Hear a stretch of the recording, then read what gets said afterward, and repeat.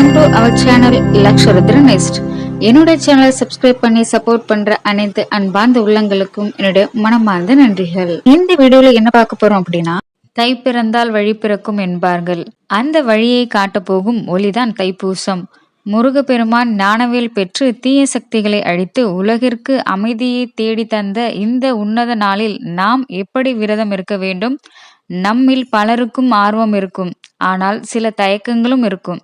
நான் முதல் முறையா விரதம் இருக்க போறேன், என்ன செய்யணும்? வீட்டில் துக்கம் அல்லது தீட்டு இருந்தால் என் நிலை என்ன? பெண்களுக்கான சிறப்பு வழிமுறைகள் என்ன? வேலைக்கு செல்பவர்கள் என்ன செய்ய வேண்டும்? இப்படி உங்கள் மனதில் எழும் அத்தனை கேள்விகளுக்கும் சாஸ்திர ரீதியான மற்றும் தெளிவான விடைகளை தரப்போகும் ஒரு மகா வழிகாட்டிதான் இந்த வீடியோ. வீடியோவை முழுமையாக பாருங்கள். இதுவரை நம்ம லக்ஷருத்ர நெஸ்ட் சேனலை சப்ஸ்கிரைப் பண்ணாதவங்க மறக்காம அந்த பெல் பட்டனை கிளிக் பண்ணிடுங்க. வாருங்கள் முருகனின் அருளை பெறுவதற்கான வழிகளை பார்ப்போம்.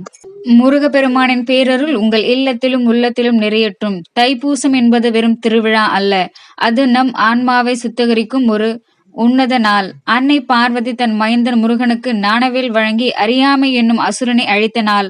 இந்த நன்னாள் 2026ஆம் ஆண்டு பிப்ரவரி 1ஆம் தேதி ஞாயிற்றுக்கிழமை கொண்டாடப்படுகிறது. இந்த ஆண்டிற்கான முக்கிய நேரங்கள்: பூச நட்சத்திரம் தொடக்கம் மற்றும் முடிவு பிப்ரவரி 1ஆம் தேதி அதிகாலை 1:34 மணி முதல் இரவு 11:58 மணி வரை இருக்கிறது. பௌர்ணமி திதி தொடக்கம் பிப்ரவரி 1ஆம் தேதி அதிகாலை 4:41 மணி முதல் பௌர்ணமி திதி முடிவு பிப்ரவரி 2, 2026 அதிகாலை 4:43 மணி வரை. வழிபாட்டு நேரம்: தைப்பூசத்தன்று அதிகாலை அதாவது 4:30 மணி முதல் 6 மணிக்குள் எழுந்து நீராடி முருகப்பெருமானை வழிபட தொடங்குவது மிகவும் சிறப்பு வாய்ந்தது.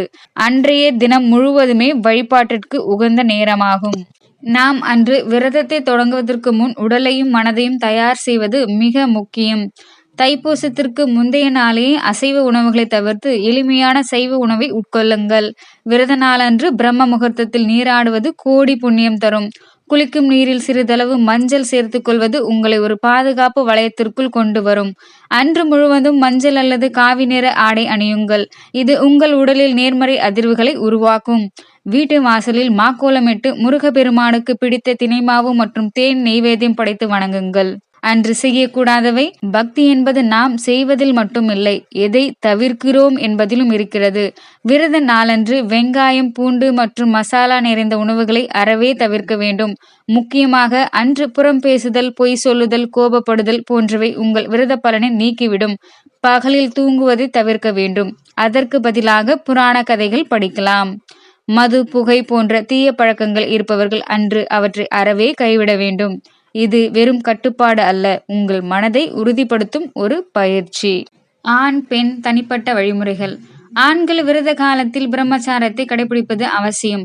முடி வெட்டுதல், சவரம் செய்தல் போன்றவற்றை தவிர்க்க வேண்டும். பெண்கள், நீங்கள் வீட்டின் விளக்காக இருந்து வழிபாட்டை முன்னின்று நடத்த வேண்டும். ஒருவேளை நீங்கள் மாதவிலக்கு காலத்தில் இருந்தால் கவலை வேண்டாம். மனதால் முருகனை தியானிப்பது எந்த பூஜையை விட உயர்ந்தது. உங்கள் பக்திக்கு எந்த தீட்டும் தடையில்லை. மற்றவர்கள் பூஜை செய்வதை நீங்கள் அருகிலிருந்து பார்க்கலாம், ஆனால் விளக்கேற்றுவதை தவிர்க்க வேண்டும். இறந்தவர் வீட்டு தீட்டு தெளிவான விளக்கம்: நமது சப்ஸ்கிரைபர்கள் அடிக்கடி கேட்கும் ஒரு கேள்வி: துக்கம் இருந்தால் விரதம் இருக்கலாமா? விதி வலியது. உங்கள் வீட்டில் துக்கம் நேர்ந்தால் ஐயோ, முருகனுக்கு விரதம் இருக்க முடியவில்லையே என்று வருந்தாதீர்கள். இறந்தவர்களுக்கு செய்ய வேண்டிய கடமைகளை சரியாக செய்வதே முருகனுக்கு செய்யும் மிகப்பெரிய தொண்டு. கடமை முடிந்த பின் உங்கள் பக்தியை தொடருங்கள். வேலவன் எப்போதும் உங்களோடு இருப்பார். உங்கள் பங்காளிகள் அல்லது நெருங்கிய இரத்த உறவு இறந்து இன்னும் 16 நாட்கள் தீட்டு கழியவில்லை என்றால் நீங்கள் முறையாக காப்பு கட்டி விரதம் இருக்க கூடாது. விரதத்தின் போது துக்க செய்தி கேட்டால் அந்த நிமிடமே விரதத்தை நிறுத்திவிட்டு உங்கள் கடமையை செய்ய செல்லுங்கள். இறைவனுக்கு உங்கள் விரதத்தை விட சக மனிதனுக்கு நீங்கள் செய்யும் கடமையே அதிகம் பிடிக்கும். தீட்டு காலம் முடிந்த பிறகு வரும் பூச நட்சத்திரத்தன்று நீங்கள் தாராளமாக விரதம் இருக்கலாம். இப்போது சில முக்கியமான பதில்கள். நான் மாத்திரை சாப்பிடுபவர், என்ன செய்வது? நீங்கள் பால், பழங்கள் உட்கொண்டு விரதம் இருக்கலாம். வேலைக்கு செல்பவர்கள், நீங்கள் கர்ம யோகத்தை பின்பற்றி வேலையை செய்து கொண்டே மனதிற்குள் நாமத்தை சொல்லுங்கள். குழந்தை பாக்கியம் வேண்டுபவர்கள் அன்று முருகனுக்கு 6 நெய் தீபங்கள் ஏற்றி கந்தகுரு கவசம் பாராயணம் செய்யுங்கள். நிச்சயம் நல்ல செய்தி வரும். கர்ப்பிணி பெண்கள் விரதம் இருக்கலாமா? கண்டிப்பாக பட்டினி விரதம் வேண்டாம். பால், பழங்கள் மற்றும் சத்தான உணவுகளை எடுத்துக்கொண்டு முருகனை மனதார வழிபடலாம். உங்கள் ஆரோக்கியமே முக்கியம். அன்று மாலை கோயிலுக்கு போக முடியாவிட்டால் என்ன செய்வது? கவலை வேண்டாம். உங்கள் இதயமே முருகனின் கோவில். வீட்டில் அமர்ந்து ஒரு நெய் தீபம் ஏற்றி கந்த சஷ்டி கவசத்தை பாராயணம் செய்தாலே கோவிலுக்கு சென்ற பலன் கிடைக்கும். காப்பு கட்டுதல். பல பக்தர்கள் முறைப்படி மாலை அணிந்து காப்பு கட்டுவார்கள். நீங்கள் வீட்டில் விரதம் இருப்பவர் என்றால் ஒரு மஞ்சள் கயிற்றில் மஞ்சள் தடவி முருகனின் பாதத்தில் வைத்த பிறகு உங்கள் கையில் கட்டிக்கொள்ளலாம். இது நீங்கள் ஒரு விரதத்தில் இருக்கிறீர்கள் என்பதை உங்களுக்கு நினைவூட்டிக் கொண்டே இருக்கும். பூஜை அறை அலங்காரம். முருகப்பெருமானின் சிலையையோ அல்லது படத்தையோ சந்தனம், குங்குமத்தால் அலங்கரியுங்கள். வேல் வழிபாடு. உங்களிடம் வேல் இருந்தால் அதற்கு பால் அபிஷேகம் செய்வது தைப்பூசத்தன்று கோடி புண்ணியம் தரும். வேல்வேல் வெற்றிவேல் என்ற கோஷம் உங்கள் இல்லத்தில் எதிரொலிக்கட்டும். தை மாதத்தில் வரும் பூச நட்சத்திரம் ஏன் இவ்வளவு சிறப்பு? இந்த நேரத்தில் பிரபஞ்ச ஆற்றல் மிக அதிகமாக இருக்கும். சூரபத்மனை அழிக்க அன்னை பார்வதி தன் கையில் இருந்த நாணவேலை முருகனிடம் ஒப்படைத்த நாள் இதுதான். அதாவது நம்மிடம் உள்ள அறியாமை இருளை நீக்கி ஞான ஒளியை ஏற்றும் நாள். விரதம் என்பது திடீரென ஒரு நாளில் முடிவெடுத்து செய்வதா? அல்ல. தைப்பூசத்திற்கு 7 நாட்களுக்கு முன்பே அல்லது குறைந்தது 3 நாட்களுக்கு முன்பே உங்கள் உடலை தயார் செய்ய வேண்டும். நீர்ச்சத்து குறையாமல் இருக்க என்ன செய்ய வேண்டும்? நீர்ச்சத்து. இளநீர் அல்லது எலுமிச்சை சாறு சர்க்கரை சேர்க்காமல் பருகுங்கள். இது உங்கள் ஆற்றலை தக்க வைக்கும்.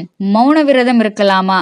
முடிந்தால் அன்று காலை 9 மணி முதல் மதியம் 12 மணி வரை மௌன விரதம் இருங்கள். பேச்சை குறைத்தால் சக்தி சேமிக்கப்படும். அந்த சக்தியை முருகனின் மந்திரமான ஓம் சரவணபவா உச்சரிக்க பயன்படுத்துங்கள். உடல் உபாதைகள் இருப்பவர்கள், சர்க்கரை நோய் உள்ளவர்கள் கண்டிப்பாக மருத்துவர் ஆலோசனைப்படி அவல் அல்லது சிறுதானிய கஞ்சி எடுத்துக்கொள்ளலாம். முருகன் பக்தியை எதிர்பார்க்கிறாரே தவிர உங்கள் உயிரை பாதிக்கும் பட்டினியே அல்ல. தைப்பூசத்தன்று கந்த சஷ்டி கவசம் படிப்பது ஏன் முக்கியம்? இதில் சிரசுக்கு செனிமிளிர் வேல் காக்க, கண்ணுக்கு கதிர்வேல் காக்க என உடலின் ஒவ்வொரு உறுப்பையும் காக்க வேண்டி பாடுவோம். அன்று முழுவதும் குறைந்தது 6 முறையாவது கந்தசஷ்டி கவசம் கேளுங்கள். அந்த ஒலிகள் உங்கள் வீட்டின் மூலை முடுக்குகளில் இருக்கும் எதிர்மறை அதிர்வுகளை விரட்டி அடிக்கும்.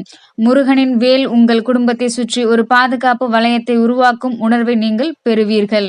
கோவில் தரிசனம். மாலையில் அருகிலுள்ள முருகர் கோவிலுக்கு செல்லுங்கள். அங்கே நீங்கள் பார்க்கும் காவடி ஆட்டம் என்பது வெறும் கலை அல்ல, அது ஆணவத்தை அடக்கும் ஒரு பயிற்சி. இடும்பன் என்ற அசுரன் 2 மலைகளை சுமந்து வந்தான். அதுபோல நம் பாவ மூட்டைகளை சுமந்து வந்து முருகனிடம் ஒப்படைப்பதே காவடியின் தத்துவம். உங்களால் முடிந்தால் ஒரு சிறிய பால் குடம் எடுத்து செல்லுங்கள். அந்த பாலை முருகனுக்கு அபிஷேகம் செய்யும் போது உங்கள் உள்ளம் குளிரும். மற்ற பக்தர்கள் அரோகரா என்று முழங்கும் போது அந்த சத்தத்தில் கரைந்து போங்கள். விரதத்தை எவ்வாறு நிறைவு செய்வது? சூரியன் மறைந்து சந்திரன் உதயமான பிறகு வீட்டில் ஒரு தீபாராதனை காட்டுங்கள். முதலில் ஒரு சொம்பு பால் அல்லது தீர்த்தம் குடியுங்கள். பிறகு எளிய உணவாக மிளகு ரசம் சாதம் அல்லது தயிர் சாதம் சாப்பிடுவது நல்லது. நீண்ட நேரம் பட்டினி இருந்த பிறகு காரமான உணவுகளை சாப்பிடுவதை தவிர்க்கவும். உணவு சாப்பிட்ட பிறகு ஏழை எளியவர்களுக்கு அன்று ஒருவேளை உணவாவது தானமாக வழங்குங்கள். அதுவே முழுமையான விரத பலனை தரும். தீப வழிபாடு. காலை மற்றும் மாலை 2 வேளையும் வீட்டில் குறைந்தது 6 முக விளக்கேற்றி வழிபட வேண்டும். மந்திர ஜபம். அன்று முழுவதும் ஓம் சரவணபவா அல்லது கந்தா, கடம்பா, கதிர்வேலா போன்ற நாமங்களை மனதிற்குள் உச்சரித்து கொண்டே இருக்க வேண்டும். பகலில் உறங்கலாமா? விரதத்தின் போது பகலில் தூங்குவதை தவிர்க்க வேண்டும். அதற்கு பதிலாக புராண கதைகளை படிக்கலாம். எண்ணெய் தேய்த்து குளிக்கலாமா? எண்ணெய் தேய்த்து குளித்தல். விரத நாட்களில் தலைக்கு எண்ணெய் தேய்த்து குளிப்பதை தவிர்க்க வேண்டும். காவடி எடுத்தல். நீங்கள் காவடி எடுப்பவர் என்றால் காலில் காலணி அணியாமல் நடப்பது உங்கள் பக்தியின் உறுதியை காட்டும். நாம் நெய்வேதனமாக என்ன படைக்கலாம்? வீட்டில் தினைமாவு, சர்க்கரை பொங்கல் அல்லது பாயாசம் செய்து முருகனுக்கு படைக்கலாம். ஏன் இவ்வளவு கஷ்டப்பட்டு விரதம் இருக்க வேண்டும்? இதோ அதற்கான பலன்கள்.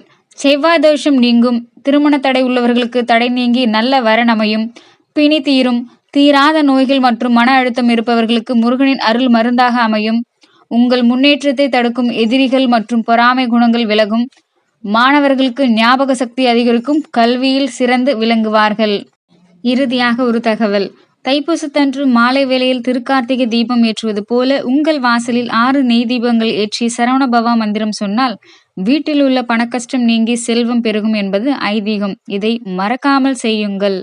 தைப்பூச விரதம் என்பது உங்கள் வாழ்க்கையில் ஒரு புதிய தொடக்கமாக அமையட்டும். இந்த நாளில் நீங்கள் எடுத்த உறுதியே உங்கள் வெற்றிக்கான படிக்கட்டு. தைப்பூச திருநாளில் முருகனின் அருளும் வேலவனின் பாதுகாப்பும் உங்கள் அனைவருக்கும் கிடைக்கட்டும்.